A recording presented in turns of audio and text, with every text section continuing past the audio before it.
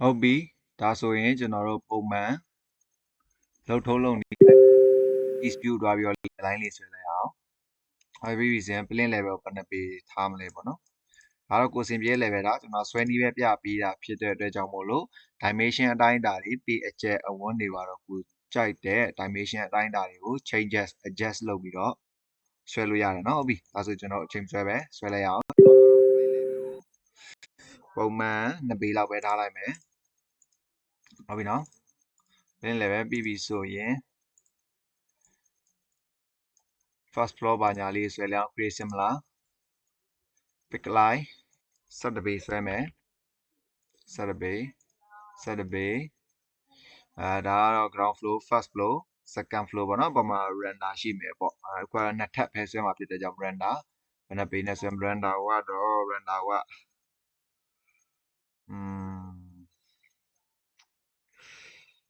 ထားပါတော့3ပေလောက်ပေါ့နော်3ပေလောက်ဆွဲမယ်ဒါမှမဟုတ်5ပေလောက်ဆွဲမယ်ပေါ့5ပေလောက်ဆွဲတဲ့ render နော်5ပေလောက်ဆွဲမယ်ပြီးပြီဆိုတော့ဘာလုံးပါလဲဆိုရင်ကျွန်တော်ပုံမှန်လုံနေတိုင်းပဲနာမည်တွေချိန်မယ် level 1ဆိုရင် NGN ground level yes first floor ဟုတ်ပါဘူး yes ground floor yes first floor ဒီကောင်က second floor ဖြစ်မှာပေါ့နော် second floor ပဲဖြစ်ဖြစ် root level လို့ပြောလိုက်ရပါတော့ RF root floor ပဲထားပါတော့ root floor ဒီကောင်က parapet ပေါ့ PP ပေါ့နော်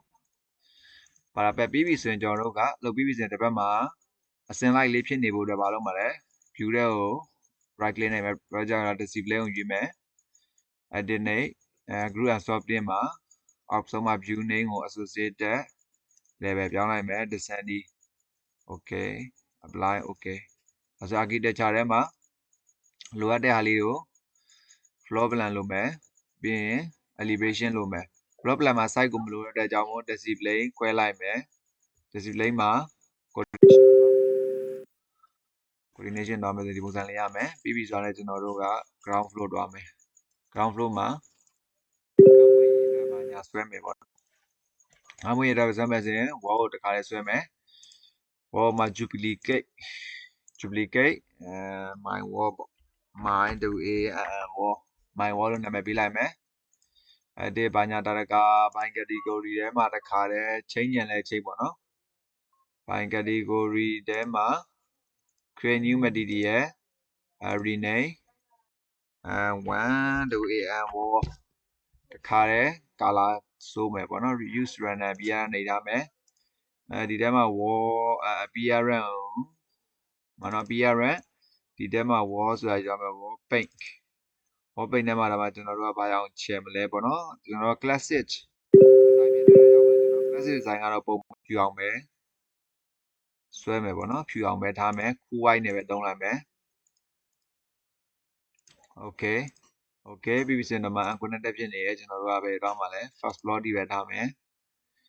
wall center line ဘာညာတော့ဒါအစဉ်တရားနဲ့ဆွဲမယ်ဟုတ်ပြီနော်ဟိုကပေ50ပတ်လဲဆွဲမှာဖြစ်တဲ့ကြောင့်မို့ပေ50လူကြိုက်လိုက်မယ်ဒီဘက်မှာ50ပေါ့နော်50ဒီကောင်50ပြန်ချိန်50လို့ချိန်လိုက်မယ် apply modify နေမယ် okay ဒါဆိုရင်ကျွန်တော်တို့က wall ဆိုရင်ဘာလုံးပါလဲဆိုရင်ခန်းပွင့် plan ဘာညာချိန်မယ်ပေါ့နော်ခန်းပွင့် plan ကိုကျွန်တော်တို့က15ပေမှာတစ်ဖြတ်ထားမယ်ရွက်ကိုလည်း15ပေမှာခန်းပွင့် plan ဘာညာလုပ်မယ်ပေါ့နော်ဒီနားမှာ15ပေလာမယ်15ပေနေခံမဲ့ရှေ့သုံးခန်းကကျွန်တော်တို့ကပေ20လောက်ထားမလားပေါ့နော်ဒါအဆင်ပြေတာဒါကြိုက်လို့ထားလို့ရတယ်ပေ20လောက်ထားလိုက်မယ်ဒီကောင်နော် okay ပြီးပြီဆိုရင်ကျွန်တော်တို့ကဒီနောက်လေးမှာရေချူကန်အင်တာဘာညာတခါတည်းတွဲမယ်ပေါ့နော်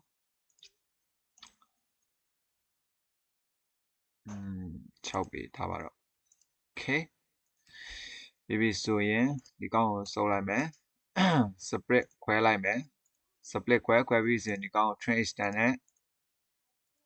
trace star နဲ့လုပ်မယ်ပြီးပြီဆိုရင် wall လေးပြန်ဆွဲလိုက်မယ် wall လေးပြန်ဆွဲ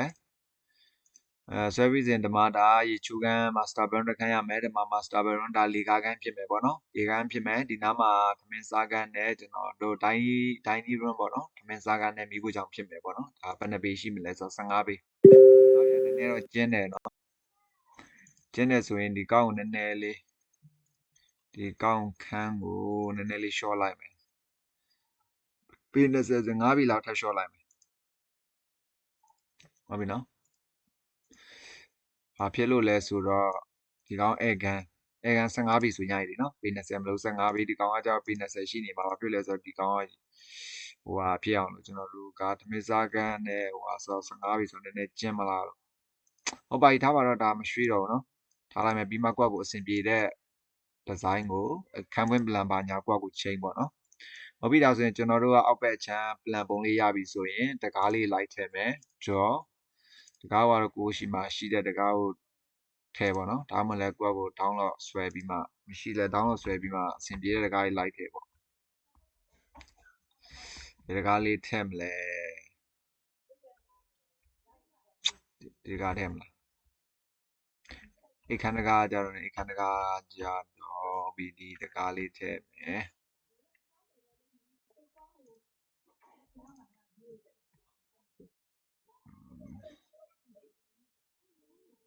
ပြီး sliding door လဲလို့ရနော် sliding door လဲလို့မယ် open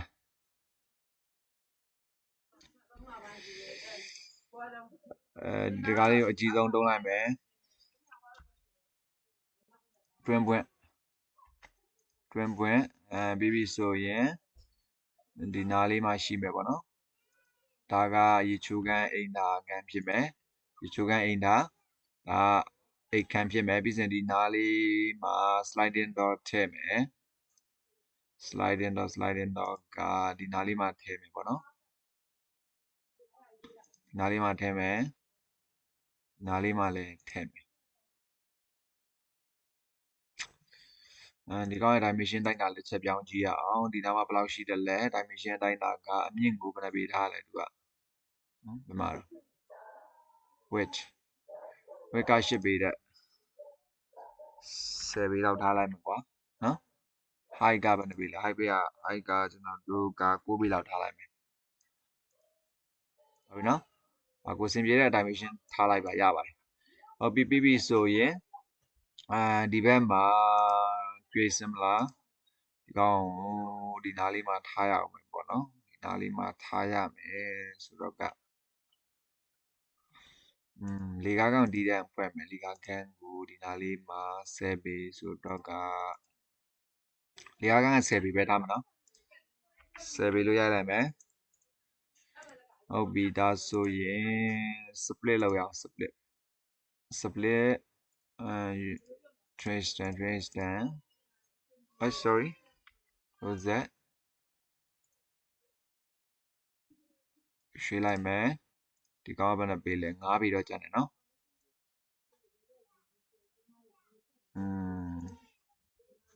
trace similar ဒါမျိုးလုပ်လိုက်မယ်10ပေ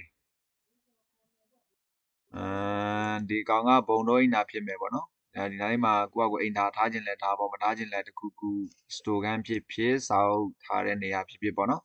စင်ပြေတာလေးထားမယ်ပြီးစေပါတော့ဒီစင်မလား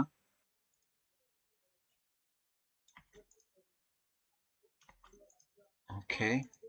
ဒါကဒီခန်းထဲဝင်တဲ့တကားဒါကြောင့်ကြိုက်တာထားပေါ့နော်ဒါကတော့ဘုံတော့အိမ်သာဖြစ်မယ်ဒါလီကာကန်ဟုတ်ပြီနော်လီကာကန်ဆိုဖွင့်ထားမှရမယ်ဟုတ်ပြီဒီနားမှာ main draw ထည့်မယ်ဒါ main draw ထည့်မယ်ပေါ့နော်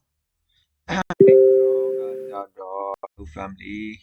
တောင်းလို့ဆွဲလိုက်ဒီတက်မှာကိုရှိတဲ့ဟာလေးထည့်လိုက်ပေါ့အဆင်ပြေတဲ့ဟာလေးနော်ဘယ်တကားထည့်ပါလို့မဆိုလို့ကိုကြိုက်တယ်မှာကျွန်တော်မှဒီတကားလေးချင်းဒီတကားလေးလိုက်ထည့်လိုက်မယ်ကျွန်တော်နော်ကိုမှရှိတဲ့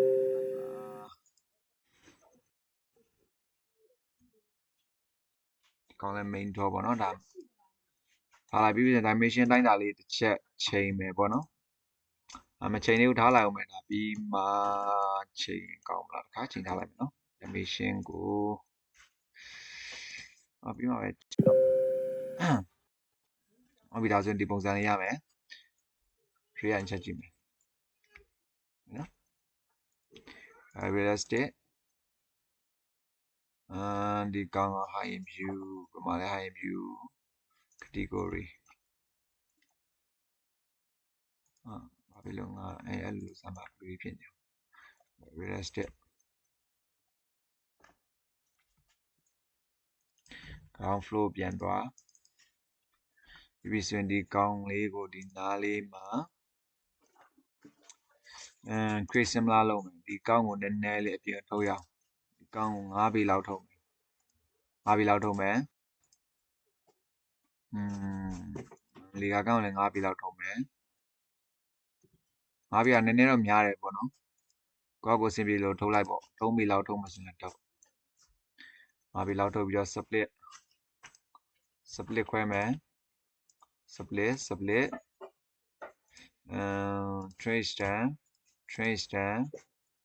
trace standဖြစ်မယ်နော်ပြီးပြီဆိုရင်ကျွန်တော်တို့ကဘယ်ပိုင်းလေးလုပ်မလဲဆိုရင်ရှေ့မျက်နှာစာမှာ brim box လေးတစ်ခါဖောက်ထားလိုက်မယ်နော်ဒီနောက် brim box လေးထွက်မှာပြီးတော့ဒီအောက်ဘက်အချမ်းမှာ runner မထားဘူးအပေါ်ဘက်မှာပဲ runner ထားမယ်ဆိုတော့ကဒါ brim box ကပြီးမှဖောက်လိုက်ရတယ်လက်ရှိဘာလေးတွေထပ်ဆွဲမလဲဆိုရင်ထားမှာတော့ brim box လေးတစ်ခါလိုက်ဖောက်လိုက်မယ်ပေါ့နော်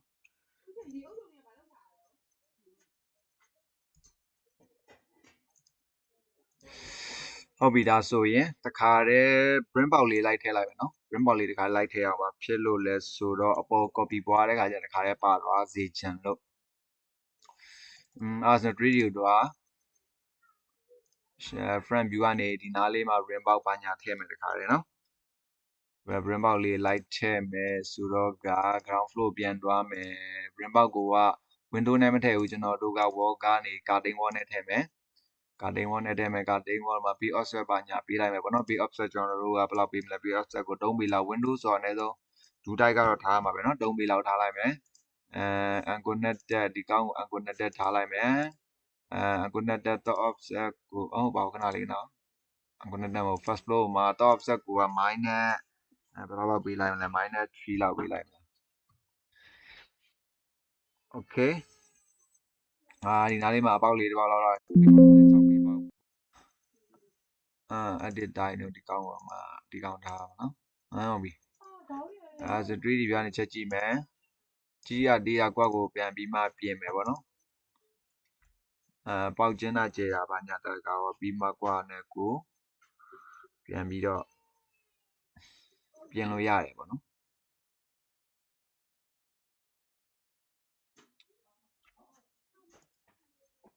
โอเค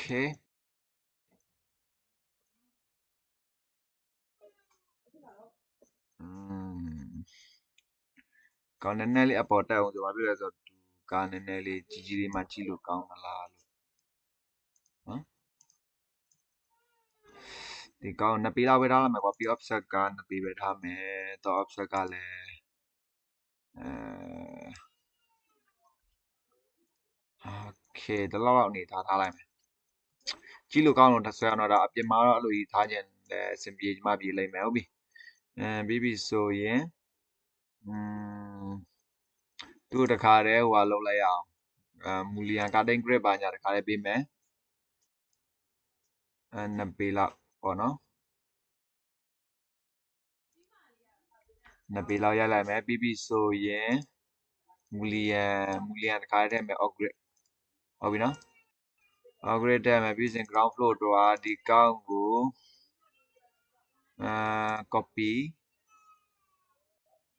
copy ပွားမယ်ပြီးပြီဆိုရင်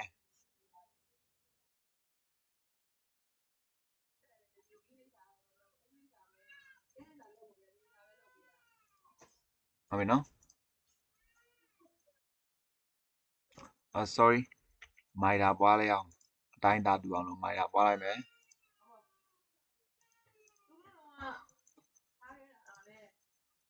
မိုင်တာပွားမယ်ဒီကောင်းကိုပြီးပြီဆိုရင်လည်းမိုင်တာပွားလိုက်မယ်ပေါ့နော်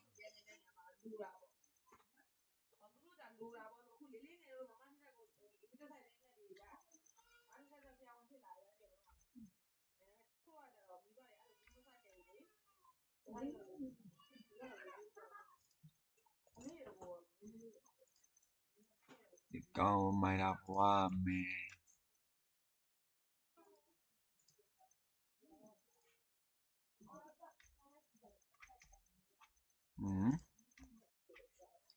မိုင်တာ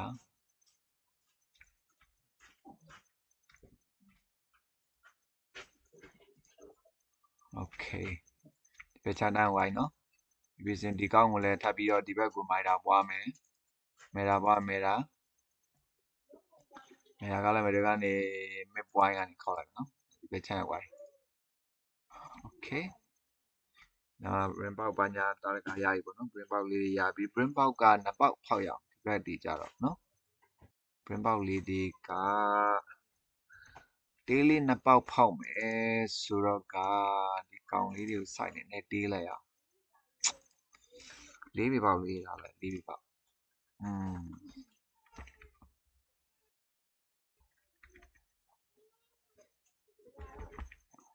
โอเคပြီးပြီဆိုရင်ဒီကောင်ကို copy ပွား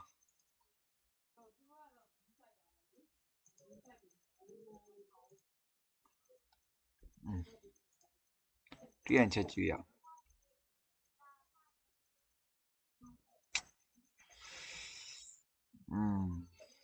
စင်တော့ပြည့်ရနော်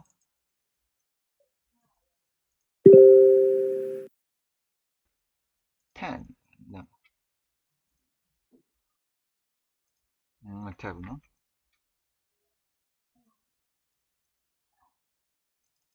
ဒီကုန်းနဲ့ရွှေလောက်တိုင်းတာကြည့်လို့လောက်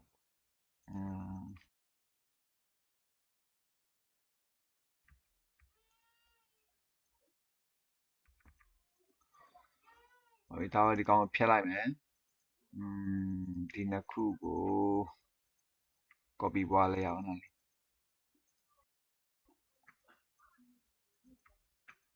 နှစ်ခုကို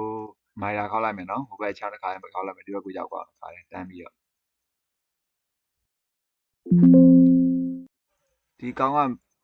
ခန်းပွဲရဒီနားမှာဟိုပါရှိနေတော့မညီဘူးနော်မညီတော့ဒီကောင်ကိုဒီဘက်ကိုနည်းနည်းလေးပို့ခြင်းလဲပို့လိုက်ပေါ့နော်လွယ်လောက်လိုက်ပေါ့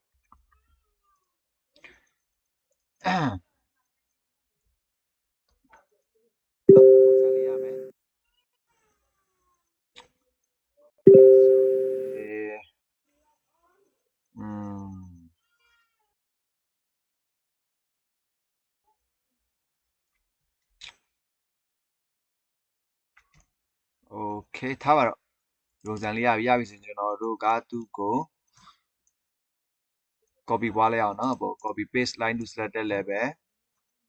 first floor ကို copy ပွားမယ် gradient ချက်ကြည့်မယ်ဒီပုံစံလေးရပြီပေါ့နော်ဒီပုံစံလေးရပြီဆိုရင်ဒီတကားလေးကိုဖြတ်တိုင်းအောင်ဒီတကားပုံစံမကြိုက်ဘူးတကားပုံစံပြန်ပြောင်းရအောင်နော်ပုံစံမကြိုက်ဘူးဒီကားလေးပုံစံလေးပြန်ပြောင်းမယ်ပြီးပြီဆိုရင်ကျွန်တော်တို့ကဟိုလောက်ရအောင် ground floor first floor တော့ရအောင် first floor ကို floor ထည့်အောင် floor နော် floor တစ်ခါထည့်မယ်နည်းနည်းရှိပါမယ် governor ချက်ကြည့်အောင် governor 19 မိနစ်တော့ရှိပြီထားပါတော့ဆိုတော့က floor ပုံလား floor floor pick line နဲ့တော့ရအောင်ပါ show နော်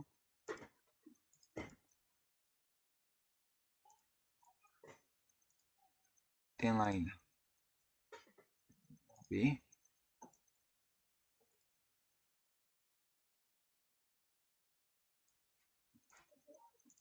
ဒီအားကနေတော့ပြီးမှပေါက်ဖောက် trace down နဲ့ဆက်လိုက်မယ်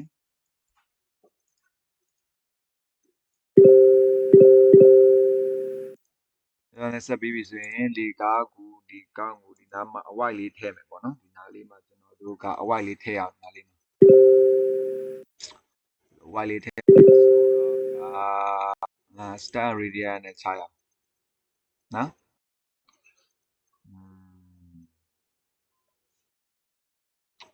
ဒီနားလောက်ကနေ y မှာnearly 3ပြန်နေ y အောင်နော်3ပေဆိုတော့ကဒီအထိဆိုဘယ်လောက်လဲ23ပေ26ပေလေးလက်မဖြစ်မှာပေါ့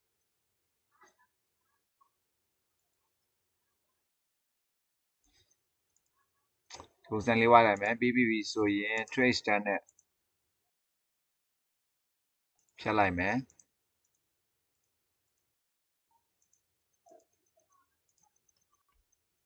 ဟုတ်ပြီနော်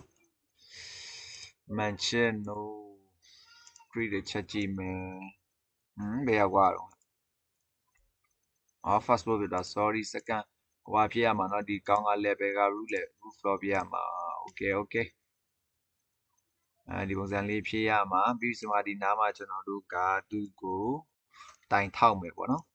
ဒီဟာကြီးကို join လုပ်လိုက်အောင်ဒီဟာကြီးဖြစ်နေရ modify ကို name ဒီမှာ join ဆိုတာလေး name select ကို name ပြီးပြီဆိုတော့မှဖြစ်နေရတဲ့အကုန်လုံးကို click ဟိုလေးနဲ့လုပ်လိုက်ပါနော်ဟုတ်ပါ sorry cancel join ဒီလိုလုပ်လိုက်ရပါတယ်ခါထားပါတော့ဆိုတော့က join ဘယ်လိုလေးပဲလုပ်လိုက်ပါနော်ဟုတ်ပြီဟောဒီမှာရှေ့ရကြံနေသေးတယ် join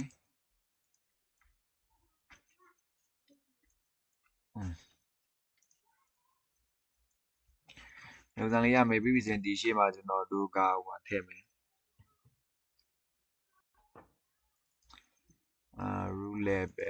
rule level မှာဟိုထည့်မယ်ကျွန်တော်တို့ကတိုင်းထည့်အောင်เนาะ architecture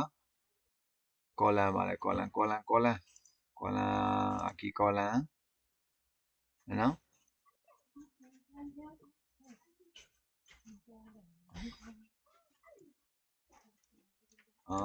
ဒီ column height count flow ထားပါတော့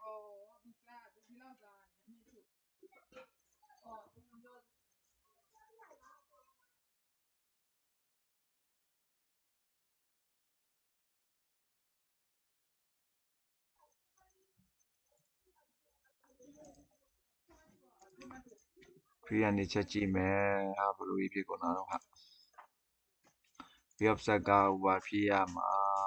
ပြီး offset တော့ level ပြီး level ကားမှာ natural ground level ကောင်းလဲပြီး level natural ground level တော့ဆက်ကကြတော့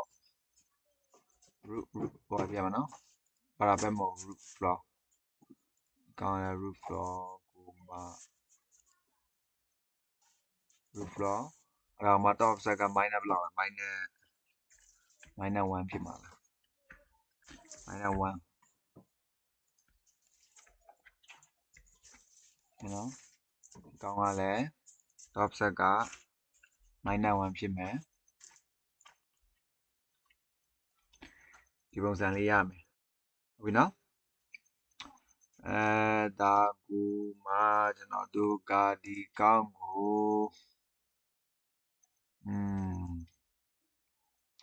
ဒီကောင်ကဘေးတီးရောက်နေတာကျွန်တော် natural ground level ဒီမဟုတ်သူ့က ground floor အထိပဲထားမယ်ဘာဖြစ်လဲဆိုတော့ဒီဟိုကောင်းကိုကအောက်ကအခန်းလေးလောက်ပါလေနော်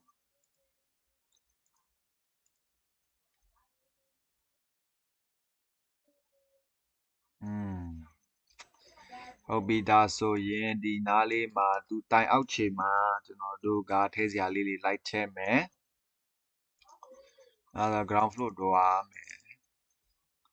တိုင်ခြေမှာဘာလေးလိုက်ထဲမှာလဲအာကီပါညာတရကားလေးလိုက်ထဲမယ်ဟုတ်တယ်မလားဆိုတော့ကဘယ်တော့မှလဲ component component လေးမှာ component model in place ဘာမှမနေဘူးကွာ okay execution အနေပဲပတ်လဲလုံးမလဲဒီကောင်းကိုနော်အနေပဲပတ်လဲလောက်လုံးမလဲဒါပါတော့အဆင်ပြေတယ်လောက်ပေါ့နော် ဒီကောင်းကို9ပေပတ်လေလား9ပေပတ်လေလောက်လိုက်တယ်ဆိုတော့ကကြီးလွန်းလည်းနည်းနည်းလေး short လိုက်ပေါ့နော်ကြီးလွန်းရင်9ပေဆိုတော့အရင်တော့မကြည့်တော့ပါတော့9ပေ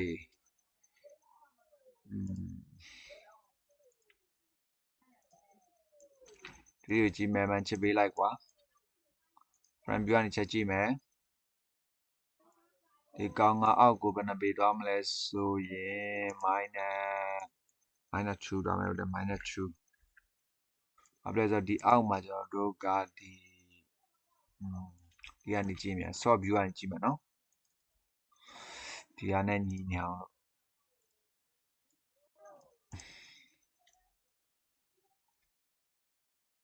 ဒီကောင်းအမြင့်ကို4ပေလောက်ထားမယ်2ပေလောက်ထားကြ2ပေဟုတ်တယ်အဲ့မှာကြည့်လို့လာပါလေနော်ဝင်ကြည့်လို့မလားတိုင်လေးကိုနည်းနည်းတိုးလိုက်မှာပေါ့ပြီးမဟုတ်တယ်မလားဒီအချက်တော့တိုင်မြုပ်နေကိစ္စမျိုးတိုင်မြုပ်နေပြန်ပေါ်လို့ရနော်မြုပ်သူကမြုံမမြုံအရေးမကြီးဘူးမြုပ်ပါစေပြီးမှဖော်မယ်BBB ဆိုရင်ဘာလုပ်မှာလဲဆိုရင်သူ့ကို category ပေးထားရမယ် category ကဘာအောင်လေးပေးမလဲcomponents creation ဟိုပါဗောနော်ဒီမှာနာမည်လေးပေးလိုက်မယ် rename 0လို့နာမည်ပေးထားလိုက်ကွာဒါတခြားပေးခြင်းလည်းရနော်ပြီးပြီဆိုရင်ကျွန်တော်တို့က color လေးပေးမယ်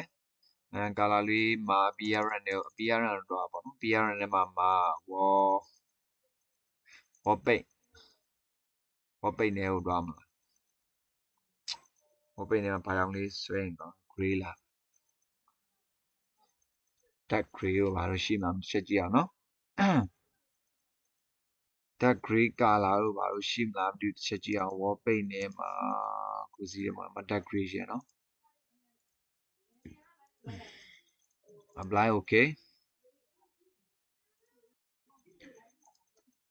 category ရဲ့ပြန်သွားမယ်နောက်မှာ0ဆိုတာလေးကိုချက်ပေးလိုက်မယ်အဲဆိုဒီပုံစံလေးဖြစ်ပြီပြီးပြီစဉ်သူ့ကိုကျွန်တော်တို့ကဒီမှာအတွန်းတက်လေးလိုက်ထည့်မယ်နော်တွန်းလေးလိုက်ထည့်ဖို့ကတော့ကျွန်တော်တို့ပုံမှန်ဆွဲနေကြပုံစံတိုင်းပဲဆွဲမှာဟုတ်တယ်မလား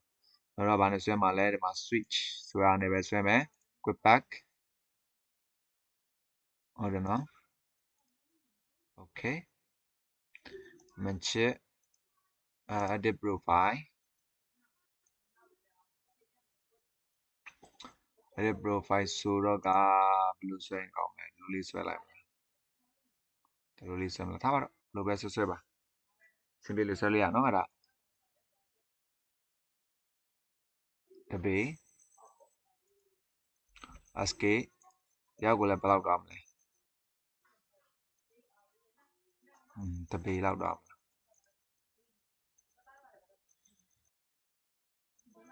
လည်းမ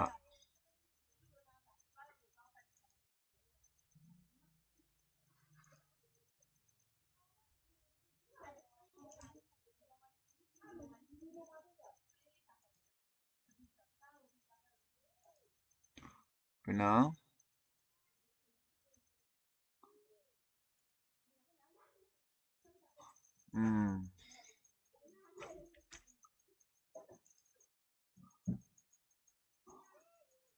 3လက်မလောက်သွားလိုက်မယ်ပေါ့နော်control Z ရမလာဘူးပေါ့တိတ်မလာဘူးနော်ဒါတော့ကိုလာတဲ့ကိုကြိုက်တဲ့ပုံစံဆွဲလိုက်နော်ဘယ်လိုပုံစံကြီးဆွဲရမယ်လို့တော့မဆိုလို့ဘူးကိုကြိုက်တဲ့လို့ဆွဲရတယ် easy ပဲနော်ကိစ္စမရှိဘူး okay ပုံစံလေးရမယ်သူ့ကိုကျွန်တော်တို့ကမိုက်တာပွားလိုက်မယ်တာပွားလိုက်မယ်ပေါ့နော်ဒီလားမယ်တာပွားလိုက်ရင်သူကအရစ်လေးပိုင်းဖြစ်သွားပြီcategory ကဘာရောင်ပေးရင်ကောင်းမလဲသူကလည်းခဏဒီရောင်လေးပဲထားလိုက်မယ်နော်ချစ် okay ပုံစံလေးရမယ်ဒီစင်ဒီနားလေးမှာကျွန်တော်တို့ကဘာလုံးမှလဲစင်ဒီနားလေးမှာဆွဲကြတိုင်းပဲဟောလို့အကွင်းလေးလိုက်ထည့်မယ်ပေါ့နော်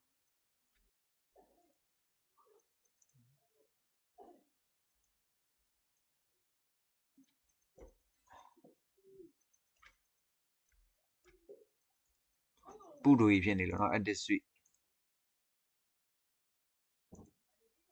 edit profile ဒီကောင်နည်းလေး move လိုက်မယ်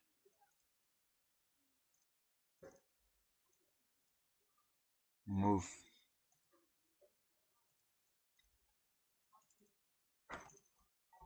okay ပုံစံလေးရတယ်ပုံစံလေးရမယ်ဆိုရင်သူ့ကိုကျွန်တော်တို့ကဘာလုပ်မှာလဲဆိုရင်သူ့ကိုအကွင်းလေးလိုက်ထည့်မယ်ပေါ့နော်ဒီနားလေးမှာဘောင်းextrusion ပါညာလုပ်မယ်ပေါ့create extrusion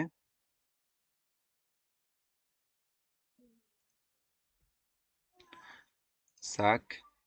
okay play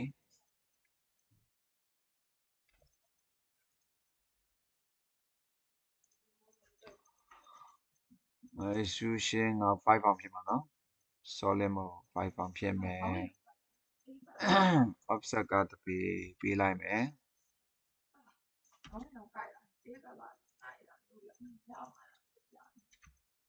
ဟုတ်နော်solid mode ကောင် voice ပေါင်ဖြစ်မယ် voice ပေါင်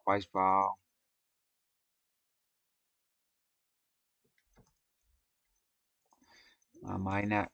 ဘယ်လောက်လဲ minus 3 inches လောက်ပေးလိုက်မလားဒါမှမဟုတ်လည်း minus 2 inches လောက်ကိုကြိုက်တယ်လို့စင်ပြေလို့ပေးလိုက်မယ်ပေါက်လေးပေါက်သွားပြီပေါ့နော်ဒီမှာပေါက်လေးပေါက်သွားပြီဆိုသူ့ကိုကျွန်တော်တို့က material ဘာရောင်လေးကတ်မလဲဆိုရင်ကိုကြိုက်တဲ့ရောင်လေးကတ်လိုက်ပါ paint ထဲမှာဘာရှိမလဲဒီမှာစင်ပြားလေးလိုက်ကတ်လိုက်ပေါ့နော်